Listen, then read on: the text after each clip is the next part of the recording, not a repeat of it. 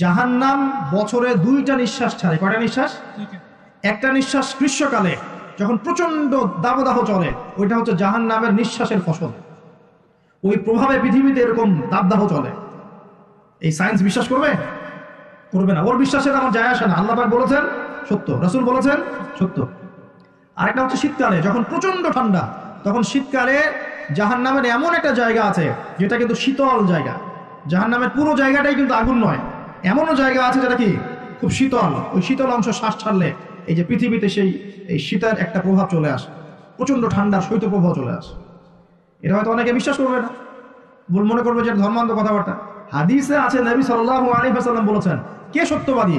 এই পুরো সভ্যতার রাসূল সাল্লাল্লাহু আলাইহি ওয়াসাল্লাম। এই বিশ্বের সমস্ত মানুষ সত্যবাদী বেশি না আল্লাহ রাসূল বেশি সত্যবাদী? বাস, আর কোনো দরকার আছে কথা? কবরের আযাব সত্য না মিথ্যা? চোখে দেখা যায়? কোনো পরীক্ষাগারে প্রমাণ করা যায়? তাহলে পশ্চিমারা যে বলে যে পরীক্ষা নিরীক্ষা পর্যবেক্ষণ ছাড়া কোনো জ্ঞান নেওয়া যাবে না, তাহলে কি হবে? এই যে শিক্ষা ব্যবস্থা দাঁড়িয়ে আছে এখনকার এই দর্শনের উপরে, পরীক্ষা নিরীক্ষা পর্যবেক্ষণ চাক্ষুষ না দেখা পর্যন্ত কিছু বিশ্বাস করি না। যদি বিশ্বাস করেন তখন আপনাকে বলবে ধর্মান্ধ হইবে। কি বলবে? কথা বলছেন না আমার? হ্যাঁ, ওদের ফিলোসফি অফ এডুকেশন, মানে আমরা বলি এটাকে এপিস্টিমোলজি, আমাদের ফিলোসফিতে বলতো এপিস্টিমোলজি, মানে জ্ঞান তত্ত্ব। এই শব্দের অর্থ হচ্ছে কি? জ্ঞান তত্ত্ব। ওদের জ্ঞান তত্ত্ব হচ্ছে যে যেটা ভিজুয়াল না, আমরা যা দেখি না, এবং যেটা স্পর্শ করা যায় না, ইন্দ্রিয় দিয়ে উপলব্ধি করা যায় না, মানে স্পর্শ করে বোঝা যায় না, গন্ধ নিয়ে বোঝা যায় না, তারপরে কঠিন তরল না বায়বীয় পরীক্ষা করা যায় না, পরীক্ষা নিরীক্ষা পর্যবেক্ষণের মাধ্যমে সিদ্ধান্তে আসা যায় না, এটাকে জ্ঞান বলে না ওদের মধ্যে। যদি এটাকে এই সিঁড়িগুলো উত্তরানো যায় তখন সেটা জ্ঞান, ওদের দর্শনে না। তাহলে এখন কবর আযাবটাকে আপনি কি করবেন? এখন কবর আযাব নাই, তাহলে এখন তো আপনাকে আল্লাহ পাকের কথায় বিশ্বাস করতে হচ্ছে না, গায়েবে বিশ্বাস করতে হচ্ছে। তাহলে এখন আপনি যখন গায়েবে বিশ্বাস করতে যাবেন, ওরাই আপনাকে তোকমা দিয়ে দিবে তো ধর্মান্ধ, এবং ওয়ার্ল্ড আপনাকে আক্রমণ করবে। তখন যেমন মুসলিমদেরকে এখন আক্রমণ করছে না এগুলো দিয়ে, এগুলো এমনি এমনি আসে নাই, এটা পরিকল্পিত। আপনার ভিত্তিটাকে নড়িয়ে দিবে। তাই তো আসলেই তো আল্লাহকে তো দেখি না, ফেরেশতা তো দেখি না, জিন জাতিকে তো দেখি নাই, আত্মা তো দেখি না, কবর আযাব তো দেখি না, কেন বিশ্বাস করবো তাহলে? এই জন্য দেখবেন একটা প্রজন্ম তৈরি হচ্ছে এখন, ওরা বলে যে আমি তো আল্লাহ কোরআন এগুলো তো খুব একটা বিশ্বাস করি না, কারণ আমি তো দেখি না। নাউযুবিল্লাহ। আছে না আমার লোকজন আশপাশে আপনার? এদের সংখ্যা বাড়ছে না কমছে? দিন দিন বাড়ছে। হয়তো আপনার কাছে মনে হচ্ছে যে এদের সংখ্যা হয়তো বেশি না, কিন্তু দিন দিন বাড়ছে। একটা তথ্য দিয়ে যায় আপনাদেরকে এখানে, শোনেন। বিগত 100 বছরে, কত বছরে? বিগত 100 বছরে বিশ্বের 3টা দর্শন খুব চলেছে। কয়টা দর্শন? 3টা। একটা হচ্ছে এলিমিনেশন। ওরা বলে কি? এলিমিনেশন মানে কনসেপ্ট অফ গড, মানে আল্লাহর বিশ্বাসটাকে সরিয়ে দেয়া, এটাকে এলিমিনেট করা। দেখবেন পশ্চিমারা সহ এই উন্নত সভ্যতা, সো কল্ড উন্নত সভ্যতা নিয়ে কিন্তু আল্লাহ বিশ্বাস করে না। তারা নাস্তিকতার আদর্শ ছড়িয়ে দিচ্ছে, কিন্তু তারা বিজ্ঞানে বিশ্বাস করে, আল্লাহ বিশ্বাস করে না। কিন্তু হ্যাঁ, বিজ্ঞান যদি বলে কবরের আযাব বলে কিছু আছে, ওরা বিশ্বাস করবে, অবশ্যই বিশ্বাস করবে। কিন্তু আল্লাহ যদি বলেন কবরের শাস্তি আছে, তারা বিশ্বাস করবে না। আমার কথা বোঝাতে পারছি? আচ্ছা, এটা একটা। 2 নম্বর হচ্ছে ম্যাটেরিয়ালিজম, মানে বস্তুবাদিতা, মানে মানুষকে দুনিয়া, খাও দাও ফুর্তি করো, ব্যাংক ব্যালেন্স, টাকা পয়সা, জমি জমা, স্ট্যাটাস, এইটুকুর মধ্যে সীমাবদ্ধ করেছে। চিন্তাগুলোকে এর মধ্যে সীমাবদ্ধ করেছে। পরকালের জীবন, ওইখানে জবাবদিহিতা, আল্লাহর সামনে দাঁড়ানো, এগুলো বাতিল, এগুলো পড়ে। মানুষকে দুনিয়ার দিকে ফোকাস করেছে। দেখেন না, এখন ফ্লাইওভারে দাঁড়াবেন, দেখবেন ছুটছে, সারাদিন ছুটছে। কিসের পিছনে? পরকাল, দুনিয়ার পিছনে। অল্প কিছু মানুষ আছে যারা একটু ধর্মান্ধ টাইপের, নাকি তারা ছোটে ধর্মের দিকে। আরেকটা আছে 3 নাম্বার, এটা হলো চ্যালেঞ্জ এগেইনস্ট রিলিজন, মানে ধর্মের বিরুদ্ধে চ্যালেঞ্জ উত্থাপন করা, যে ধর্মের এটা কেন, ধর্মের ওইটা কেন, হ্যাঁ মুসলিমদের মধ্যে পর্দা কেন, চুরি করলে চোরের হাত কেন কাটতে হবে, বড় একটা বিষয়। তারপরে ইসলামে বহু বিবাহ কেন, ঠিক আছে, তারপরে বিয়ের এক্সাক্ট কোনো বয়স নাই কেন, মানে এই যে কনসেপ্ট থ্রো করছে না, এগুলো চ্যালেঞ্জ, রিলিজিয়নকে চ্যালেঞ্জ করা, এই দর্শনটা ছড়িয়ে দেওয়া হয়েছে বিগত 100 বছরে। এই তথ্যটা আপনাকে জানিয়ে দিলাম, ইনশাআল্লাহ আপনাদের স্টাডির ক্ষেত্রে কাজে দিবে। আজকে রাত্রে ঘুমানো থেকে শুরু করে দেন রাসূলুল্লাহ সাল্লাল্লাহু আলাইহি ওয়াসাল্লামের সুন্নাহর উপর আমল করা, পারা যাবে ইনশাআল্লাহ। প্রথমে সূরা মুলক, তারপরে আপনি পড়বেন সূরা ফালাক, নাস, ইখলাস, 3বার, মোট 9 বার, এবং প্রত্যেক 3 বার শেষ হলে আপনি 2 হাতকে একত্রিত করে ফু দিয়ে নিজের মাথা থেকে নিয়ে যতদূর পর্যন্ত পারেন মাসাহ করবেন। ইনশাআল্লাহ রাত্রেবেলা আপনাকে কোনো দৃশ্য অদৃশ্যের প্রতি স্পর্শ করবে না ইনশাআল্লাহ।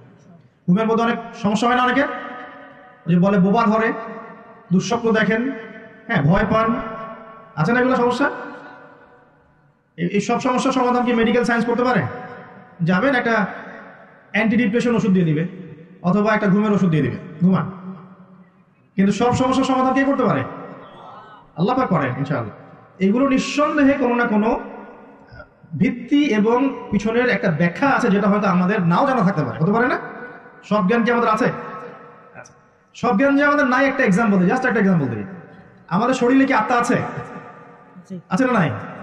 আত্মাকে কি কেউ দেখেছে কিনা? এটাকে কেউ টাচ করেছে কিনা? তা আত্মা কঠিন, তরল না বায়বীয় কোনো জ্ঞান কারো আছে কিনা? এখন একজন মানুষ মৃত, একজন মানুষ জীবিত, উভয়ের মাঝখানে পার্থক্যটাই তো হচ্ছে আত্মা। একজন মানুষ মৃত, তার মধ্যে আত্মাটা নাই, আর যে মানুষটা জীবিত তার মধ্যে কি আছে? রূহ বা আত্মা আছে। আল্লাহ পাক এই সম্পর্কে কি বলছেন? আল্লাহ বলছেন সূরা বনী ইসরাঈলে, ইয়াসআলুনাকা আনির রূহ, হে নবী তারা তোমাকে রূহ বা আত্মা সম্পর্কে জিজ্ঞেস করে। কুলির রূহু মিন আমরি রব্বি, তুমি বলে দাও হে নবী রূহ হচ্ছে তোমার রবের একটা আদেশ মাত্র। কি একটা আদেশ? আদেশে এসেছে, আদেশে চলে যাবে, কোনো কারণ লাগে নাকি? আমরা কারণ ব্যাখ্যা করতে চাই, এটাকে বলে কার্যকারণ তত্ত্ব। প্রত্যেকটা কাজের পিছনে একটা কারণ ব্যাখ্যা করি, হ্যাঁ এটা কেন হলো এই কারণে, এটা কেন হলো এই কারণে, এটাকে বলে কার্যকারণ তত্ত্ব। আল্লাহ পাকের হুকুমে মানুষ যে মারা যাচ্ছে, এর পিছনে কোনো কারণ লাগে নাকি? এই যে একটা মানুষ হাঁটছে হাঁটছে ডেড, আর আমরা বলে দিলাম হৃদযন্ত্রের ক্রিয়া বন্ধ হয়ে মারা গেছে, এই তো এই কথা তো। ক্রিয়াটা বন্ধ হলো কিভাবে? ভালোই তো ছিল, হঠাৎ করে কি হলো? কার হুকুমে হলো? এটা কোনো হুকুম তো নাই। এই কনসেপ্টটাই তো বিশ্বাস করছে না। রূহ বলে কিছু একটা আছে না, এই রূহের কি ব্যাখ্যা আমি করতে পারবো? এই জ্ঞান কি আমার আছে? আল্লাহ বলছেন ওয়া মা উতীতু মিনাল ইলমি ইল্লা কালিলা, এই বিষয়ে তোমাদেরকে খুবই কম জ্ঞান দেওয়া হয়েছে, জ্ঞানই দেওয়া হয়নি। জ্ঞান কে দেয়? আল্লাহ। নাকি সব জ্ঞান আমরা অ্যাচিভ করি? জ্ঞানতাত্ত্বিক দর্শন শোনেন, কিছু মানুষ বলেছে সুদীর্ঘকাল ধরে মানুষ বুদ্ধি থেকে জ্ঞান পায়। কি থেকে পায়? বুদ্ধি থেকে। আবার কিছু মানুষ বলেছে মানুষ অভিজ্ঞতা থেকে জ্ঞান পায়। কি থেকে? অভিজ্ঞতা। অভিজ্ঞতা হয়েছে জ্ঞান পেয়েছে, আগে জানতেন না এখন জানছেন। এখানে বিষয়টা কি? এর চূড়ান্ত বক্তব্যটা কি? চূড়ান্ত বক্তব্য দিয়েছে ইসলাম। ইসলাম বলছে ওয়াকুলিল হাক্কু মির রাব্বিকুম, হক বা সত্য রবের পক্ষ থেকে আসে। সূরা বাকারায় আছে ওয়াআল্লামা আদামাল আসমাআ কুল্লাহা, আল্লাহ পাক আদম আলাইহিস সালামকে সমস্ত নাম শিক্ষা দিয়েছেন। সূরা আলাকায় আছে আল্লামাল ইনসান মা লাম ইয়ালাম, মানুষকে সেই জ্ঞান শিক্ষা দিয়েছেন যা মানুষ জানতো না। জ্ঞানকে শিক্ষা দিয়েছেন, জ্ঞানকে শিক্ষা দিয়েছেন। তাহলে জ্ঞান কার পক্ষ থেকে আসে? এখানে একটা কথা মনে রাখবেন, আপনার যদি অনেক বড় ডিগ্রি সার্টিফিকেট থাকে, যদি হৃদয়টা পরিচ্ছন্ন না হয়, হৃদয়ে নূর না থাকে, আল্লাহর মারিফত বসীরা না থাকে, তাহলে কিন্তু আল্লাহর পক্ষ থেকে জ্ঞান পাওয়া খুব ডিফিকাল্ট। আপনি কাগজের কিছু জ্ঞান পেতে পারেন, তথ্য পেতে পারেন, ইনফরমেশন পেতে পারেন, প্রকৃত জ্ঞান পাওয়া খুব টাফ আছে। আল্লাহ পাক বোঝার তৌফিক দান করুন। আমিন। সূরা ফালাক নাস ইখলাস পড়বেন, সূরা মুলক পড়বেন, ওযু করার কথা বলেছি। এর পাশাপাশি আপনি সূরা কাফিরুন পড়বেন। কোন সূরা? কাফিরুন। কোনটা বলেন তো? কাফিরুন। প্রথম লাইন কি? কুল ইয়া আইয়ুহাল কাফিরুন। মাশাআল্লাহ। আচ্ছা, এই সূরাটা ফজিলত আছে। যদি আপনি প্রত্যেক রাতে সূরা কাফিরুন পড়েন ঘুমানোর আগে, ইনশাআল্লাহ তাআলা আল্লাহ পাক আপনাকে আমাকে শিরকের পাপ থেকে বাঁচিয়ে রাখবেন ইনশাআল্লাহ। কিসের পাপ? শিরকের পাপ কি সবচেয়ে বড় পাপ না ছোট পাপ? একটা হাদিস বলে দেই, ইনশাআল্লাহ যথেষ্ট হবে। রাসূলুল্লাহ সাল্লাল্লাহু আলাইহি ওয়াসাল্লামকে আল্লাহ পাক একটা ওয়াদা করেছেন। কি ওয়াদা করেছেন? আল্লাহ পাক বলছেন মিরাজের রাতে, হে নবী মুহাম্মদ সাল্লাল্লাহু আলাইহি ওয়াসাল্লাম, তোমার উম্মতের মধ্যে কোনো ব্যক্তি যদি, তোমার উম্মতের মধ্যে যে কোনো ব্যক্তি যদি আসমান জমিন সমান পাপ নিয়ে আমার সামনে হাজির হয়, কিন্তু আমার সাথে কাউকে শরীক করেনি, শিরকের পাপ নাই, আমি আল্লাহ তার সামনে আসমান জমিন সমান গুনাহ, আসমান জমিন সমান ক্ষমা নিয়ে হাজির হবে। কথা কি বুঝতে পারছেন? অনেক পাপ করেছেন আপনি, পাপের শেষ নাই, কিন্তু আপনি শিরকের পাপ করেন নাই। ইনশাআল্লাহ একদিন না একদিন আপনি জান্নাতে যাবেন ইনশাআল্লাহ। আল্লাহ পাক সমস্ত পাপ মাফ করতে পারেন, কোন পাপ ছাড়া? শিরক। তওবা করলে এখনই মাফ করতে পারেন ইনশাআল্লাহ। তো এই শিরকের পাপ থেকে আপনাকে বাঁচাবে কোন সূরা?